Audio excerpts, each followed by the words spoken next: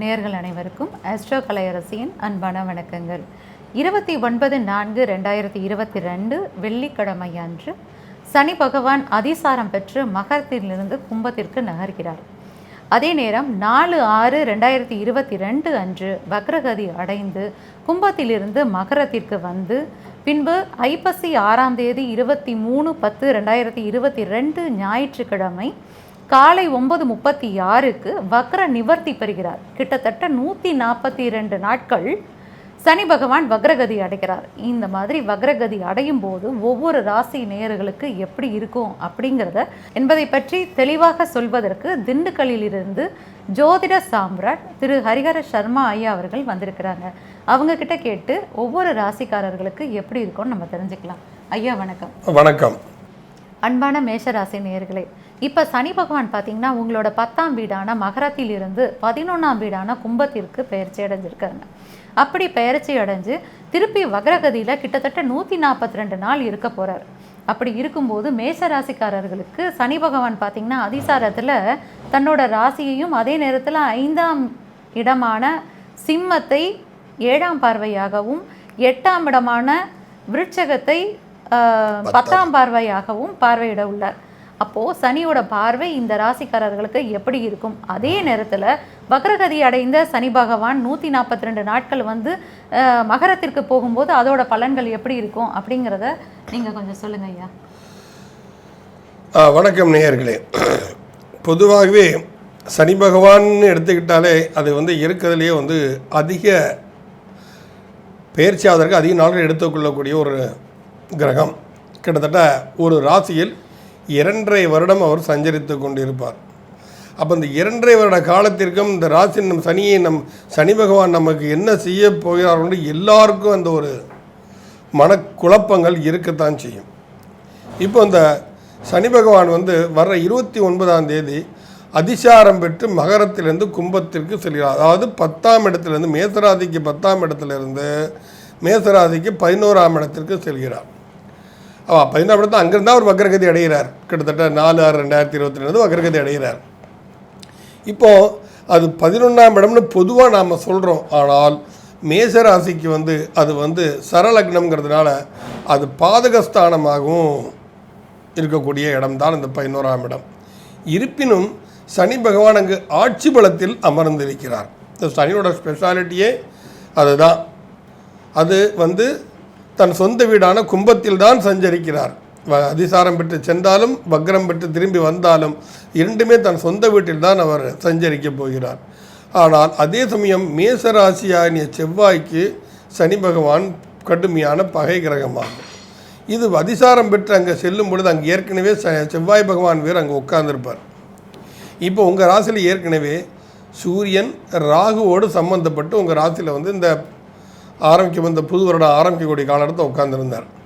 இதில் சனி பகவானும் சேர்ந்து அங்கே வரும்போது அவர் அங்கேருந்து இப்போது நம்ம மேடம் ஆஸ்ட்ரோ கலையரசி சொன்ன மாதிரி உங்கள் ராசிக்கு 5ஆம் இடம், ராசிக்கு 8ஆம் இடம் 3 இடத்தையும் அவருடைய பார்வை படுகிறது.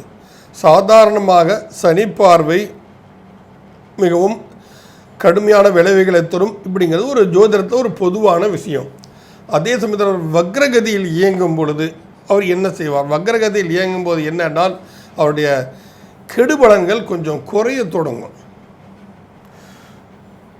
அதாவது அந்த 142 நாட்கள். ஆமாம், அந்த 142 வந்து இந்த கெடுபலன்களை குறைத்து கொள்ளும்.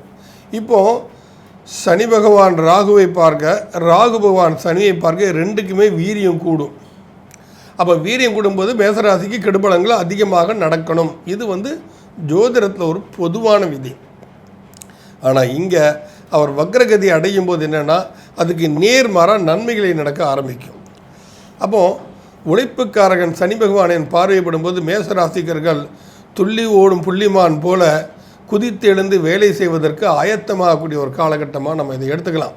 4/6/2022 அப்போ வந்து அங்கே ஏற்கனவே உங்கள் ராசிக்கு பூர்வ புண்ணிய ஸ்தானாதிபதியும் நட்பு கிரகமும் நெருப்பு கிரகமுமான சூரியன் உங்கள் ராசியில் ஏற்கனவே சஞ்சரிச்சுக்கிட்டு இருக்கார்.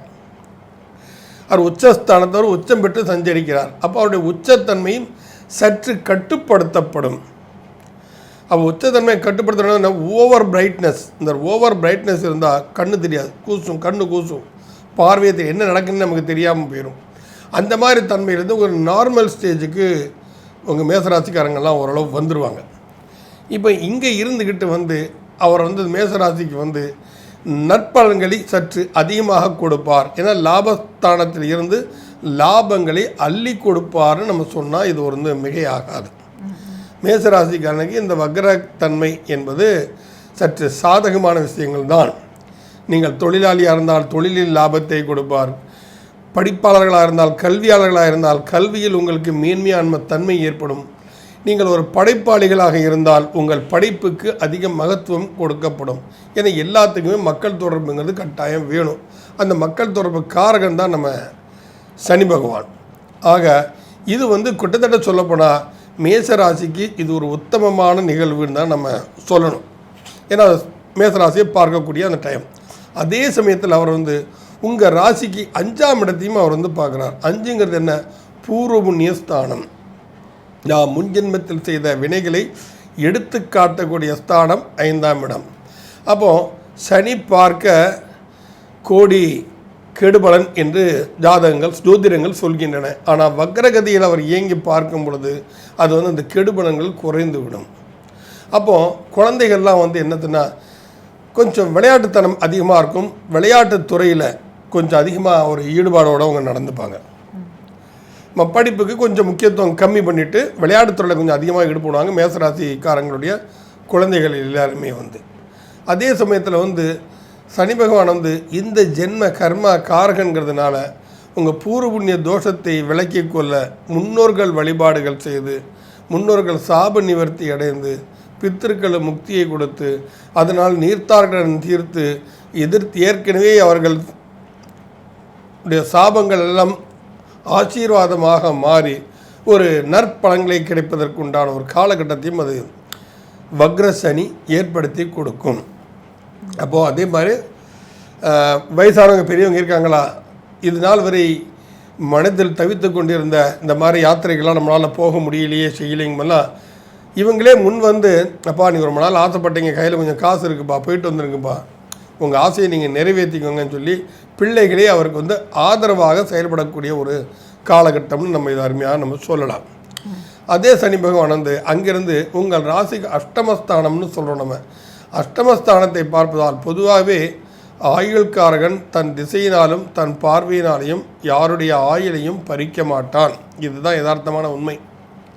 சனி பகவான் ஆயுளை நிர்ணயிப்பவன் சனி பகவான், ஆயுளை எடுப்பவன் புதன் தான். அதனால் அஷ்டமஸ்தானம்னு எடுத்துக்கிட்டிங்கன்னா ஆயுளெல்லாம் பறிக்க மாட்டார். அதே சமயத்தில் இன்சூரன்ஸ் சம்மந்தப்பட்ட விஷயங்கள், கொடுக்கல் வாங்கல், டிஃபென்ஸ் சம்மந்தப்பட்ட விஷயங்கள், மெடிக்கல் சம்மந்தப்பட்ட விஷயங்கள், இதில் உள்ளவர்களுக்கு எல்லாத்துக்குமே கிட்டத்தட்ட ஒரு பாசிட்டிவ் எனர்ஜி கண்டிப்பாக கிடைக்கும். இந்த பாசிட்டிவ் எனர்ஜியின் மூலம் தன் வாழ்க்கையின் தரத்தை இவர்கள் மேம்படுத்தி கொண்டு ஒரு அற்புதமான நிகழ்வை நோக்கி கட்டாயம் மேசராசிக்காரர்கள் செல்ல முடியும். ஏற்கனவே உங்கள் ராசியில் ராகு சஞ்சரிச்சிட்ருக்காரு, சூரியன் வேறு செஞ்சிட்ருக்காங்க. சூரியனுங்கிறது தலைமை பண்பு. ராகுவோடு சேரும் பொழுது அரசியல் சம்பந்தப்பட்ட விஷயங்களில் செல்வதற்கு இவர்களுக்கு சற்று இப்போ ஒரு ஏற்பாடாகும். அடுத்த வர எலெக்ஷனுக்கு நம்ம என்ன பண்ணணுங்கிறத பற்றி சிந்தித்து பேசப்படக்கூடிய நபர்களாக இந்த மேசராசிக்காரர்கள் இந்த வக்ரச்சனியினால் கண்டிப்பாக அடையாளம் காட்டப்படுவார்கள்.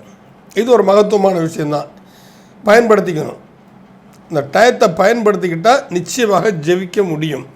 அதுக்கு ஒரு நல்ல நாள் பார்த்து நேரங்காலம் பார்த்து தனக்கு மேலதிகாரிகளை சந்தித்து வச்சு வந்தீங்கன்னா கண்டிப்பாக உங்களுக்கு சாதகமான பகவல் தான் கிடைக்கும். அப்போ சூரியன் என்ற இடத்துல அரசு உத்தியோகம் சொல்லுவோம். நம்ம இந்த அரசு உத்தியோகம் சூரியன் மாதம் மாதம் பயிற்சி அடைந்துடுவார்.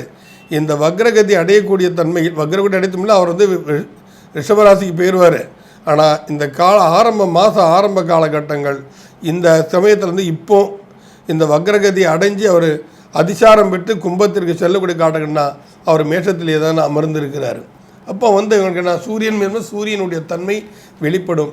அரசு வேலை சம்பந்தப்பட்ட உயரதிகாரிகளால் பாராட்டுகளை பெற்று உங்களுக்கு ஒரு ப்ரமோஷன் இல்லை நீங்கள் கேட்ட இடத்திற்கு இடமாற்றம் இவையெல்லாம் நடப்பதற்குண்டான சாத்தியக்கூறுகள் கண்டிப்பாக இருக்கின்றன. இப்போ உங்கள் ராசியில் வேறு ராகு சஞ்சரிச்சிட்ருக்காரு, 7ஆம் இடத்துல வர கேது சஞ்சரிச்சிட்ருக்கிறார். அப்போ என்ன செய்யணும், ஜென்ம ராகு இருப்பதனால் சற்று நரம்பு சம்பந்தப்பட்ட பிரச்சனைகள் வருவதற்குண்டான சாத்தியக்கூறுகள் கண்டிப்பாக இருக்கின்றன. உணர்ச்சி வசப்படக்கூடாது. அதிகமாக உணர்ச்சியை தூண்டக்கூடிய வஸ்துக்களையும் போதைப் பொருட்களையும் பயன்படுத்தக்கூடாது. செல்ஃப் கண்ட்ரோல் என்பது கட்டாயம் வேண்டும். எல்லாருக்கும் எல்லா இடத்தையும் நம்ம ஒரே மாதிரி நடந்துக்கணும்னு நினச்சிங்கன்னா அதுதான் உங்களுக்கு சற்று பாதிப்பை கொடுக்கும். ஏன்னா 7ஆம் இடத்துல கேது இருந்தால் கோர்ட்டு கச்சேரி கேஸ் வழக்கு வம்பு தும்பு இதுக்கு எல்லாத்துக்குமே கேது தான் காரணம். அப்போ ஆன்மீக நாட்டத்தில் நீங்கள் இறங்கி செஞ்சுட்டு இருந்தீங்க அப்படின்னு சொன்னால் கண்டிப்பாக இது ஒரு நற்பலன்களை கண்டிப்பாக கொடுக்கும். ஐயா, அது மாதிரி இதுக்கு ஏதாவது பரிகாரங்கள் இருக்குங்களா? ஏன்னு கேட்டிங்கன்னா இப்போ 5ஆம் இடத்துல பார்க்குறாரு, 8ஆம் இடத்தை பார்க்குறதுனால இவருக்கு ஏதாவது பரிகாரங்கள் பிராய்ச்சித்தங்கள் என்பது என்ன? பிரார்த்தனை, வேண்டுதல், இதைத்தான் பரிகாரங்கள் பிராய்ச்சித்தங்கள் நம்ம சொல்கிறோம். இப்போ 7ஆம் இடத்துல கேது இருக்கிறதுனால ஏதாவது கோவில் குளங்கள் இந்த மாதிரி இந்த குறிப்பிட்டு இந்த இடத்துக்கு போயிட்டு வாங்க அப்படின்னு. ஆமாம், இருக்குது, இல்லாமல் இல்லை. நான் இதுக்கு நான் யாருமே வேற ஒரு பதிவில் சொல்லியிருக்கிறேன். பொதுவாகவே எல்லாருமே எல்லாருக்குமே சனியோட தாக்கம் வேணும். ஏன்னா சனி பகவான் ஆயுளை நீட்டிப்பவன் சனி பகவான். ஆரோக்கியத்தையும் அதில் கலந்து கொள்ளக்கூடிய உத்தமை உண்டு. ஆரோக்கியமும் பொதுவாக நம்ம ஆரோக்கியக்காரன் சூரியனை சொல்லுவோம். சூரியன் புத்திரன் தானே சனி பகவான். அப்போ ஆயுளை கீட்டிக்கும் போது அந்த அனுபவிக்குண்டான ஆரோக்கியத்தையும் அவன் தந்தரல வேண்டும் அல்லவா? அந்த மாதிரி தன்மைகள்லாம் கரக்கூடியவன் இந்த சனி பகவான் தான். இப்போ நீங்கள் என்ன செய்யணும் அப்படின்னு சொன்னால், ஆஞ்சநேயர் வழிபாடு ஒரு மிக அற்புதமான பலனையும் உண்டு கண்டிப்பாக கொடுக்கும். ஆஞ்சநேயருக்கு ஒரு சனிக்கிழமை அன்னைக்கு வெற்றிலை மாலை சாற்றி, அப்புறம் இந்த வெண்ணெய் காப்புகள் சாற்றி, ஆஞ்சநேயர் நாமாவை சொல்லிக்கொண்டு அங்கே இப்போ ஆஞ்சநேயர் நாமா சொல்கிறத விட ராமநாம ஜபம் பண்ணுறது அதிக மகத்துவத்தை கொடுக்கும். ஏன்னா எங்கெல்லாம் ராமநாமம் ஒலிக்கிறதோ அங்கெல்லாம் ஆஞ்சநேயரை அங்கே வீற்றிருப்பார். அந்த நாமாவை உச்சரிப்பவர்களை பாதுகாக்கவும் செய்வார். இது ஒரு தனித்தன்மை. அப்போ இப்பேற்பட்ட தன்மையில் இருக்கும் பொழுது நீங்கள் ஆஞ்சநேயர் வழிபாடு பண்ணுவது, ராமர் வழிபாடு பண்ணுவது நல்லது. அப்போ இந்த சனி பகவானுடைய குரு அப்படின்னு எடுத்துக்கிட்டால் அவர் பைரவர். அப்போ தேய்பிரை அஷ்டமியில் ஸ்வர்ண ஆக்கர்ஷண பைரவர் ஆலயத்தில் செவ்வரளிப்பூ உதிரிப்பூக்கள் வாங்கி 1008 நாமாக்களை சொல்லி சகஸ்ரநாம அர்ச்சனை செய்வது மிகுந்த நற்பலன்களை கண்டிப்பாக கொடுக்கும். அதே போல் சனி பிரதோஷத்தன்னைக்கு, சனி பிரதோஷம் வரக்கூடிய அன்னைக்கு சிவபெருமானுக்கு ஆராய்ச்சி பிரதோஷத்தில் கலந்து கொண்டு வழிபாடு செய்தாலும் இது ஒரு அற்புத பலனை கொடுக்கும். இதை செஞ்சாலே போகிறோம், சனியுடைய தாக்கம் தீர்ந்து நல்வழிப்படுத்தப்படுவான். ஏன்னா இந்த ஜென்ம கர்மகாரகன். போன ஜென்மத்தின் என்ன தப்பு செஞ்சியோ அதுக்கு ஆல்டர்னேட்டிவ் இந்த ஜென்மத்தின் என்ன நல்லது செய்ய போறியோ அதற்கேற்ற நற்பலன்களை உங்களுக்கு தருவது நான் சித்தமாக இருக்கிறேன். நீங்கள் பிரயாசப்பட வேண்டியது, முயற்சி எடுக்க வேண்டியது உங்கள் கையில் என்று தான் சொல்கிறார். நீதி நேர்மை தவறாதவன், நீதி பரிபாலனம் பண்ணக்கூடியவன், ஏற்றத்தாள்களை காணாமல் அனைவருக்கும் வழங்கக்கூடியவன் சனி என்று சொன்னால் அது மிக ஆகாது. அப்பேற்பட்ட இந்த சனி பகவானினால் ஏற்படக்கூடிய பாதிப்புகளை நம்மை காத்துக்கொள்ள முழு மனதோடு ஆஞ்சநேயர் வழிபாடு செய்யுங்கள். ஆஞ்சநேயர் பகவானுக்கு நீங்கள் வெற்றிலை மாலை சாட்டுங்கள், வெண்ணெய் காப்பு சாட்டுங்கள். அவங்க தகுதிக்கு ஏற்ப எதுவுமே இல்லையா அங்கே போய் உட்காந்து ஸ்ரீராம் ஜெயராம் ஜெய் ஜெயராம் அப்படின்னு சொல்லிட்டு ஒரு மணி நேரம் உட்காந்து நீங்கள் சொல்லுங்கள். இதெல்லாம் செஞ்சாலே உங்களுக்கு சனியின் தாக்கம் கண்டிப்பாக குறையும், உங்கள் வாழ்வு மேன்மை அடையும். அன்பான மேஷராசி நேயர்களே, இப்போது ராகு பார்த்திங்கன்னா கிருத்திகை நட்சத்திரத்தில் இருக்குது. அதே மாதிரி சனி பகவானும் அவிட்ட நட்சத்திரத்தில் இருக்கிறதுனால அந்த ஒரு பயம் அப்படிங்கிறது உங்களுக்கு இருக்கும். அதே நேரத்தில் வக்ரகதி அடைகிற அந்த 142 நாட்கள் உங்களுக்கு ஒரு மேன்மையான பலன்களை தான் நீங்கள் பெற போகிறீங்க. அதே நேரத்தில் 5ஆம் பார்வையாக குலதெய்வம், ஆயுள் இதெல்லாம் பார்க்கறதுனால அதெல்லாம் பற்றி பயப்பட வேண்டியதில்லை அப்படிங்கிறத பற்றி ரொம்ப அழகாக சொன்னீங்க ஐயா. நன்றி, வணக்கம். நன்றிம்மா. ஸ்ரீ குபேரன் டிவியை பார்த்தமைக்கு நன்றிகள். மேலும் இது போன்ற தகவல்களை தெரிந்து கொள்ள ஸ்ரீ குபேரன் டிவியை சப்ஸ்கிரைப் செய்யுங்கள். மறக்காமல் பெல் ஐக்கானை கிளிக் செய்யுங்கள்.